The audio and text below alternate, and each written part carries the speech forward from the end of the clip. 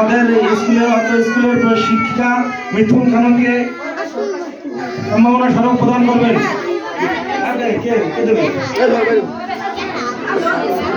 জনাব রাবেয়া সরকার।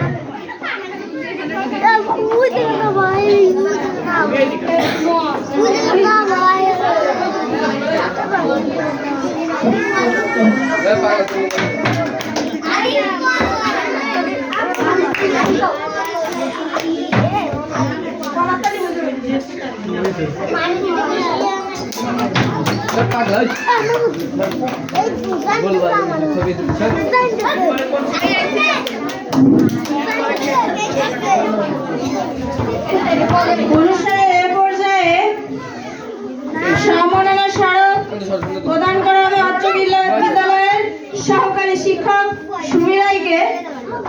সম্মাননা পুরস্কার তুলে দেবেন আমার বিদ্যালয়ের চতুর্থ শ্রেণীর শিক্ষার্থী আলিফ হাসানের মা মুসাম্মদ হেলেনা বেগম।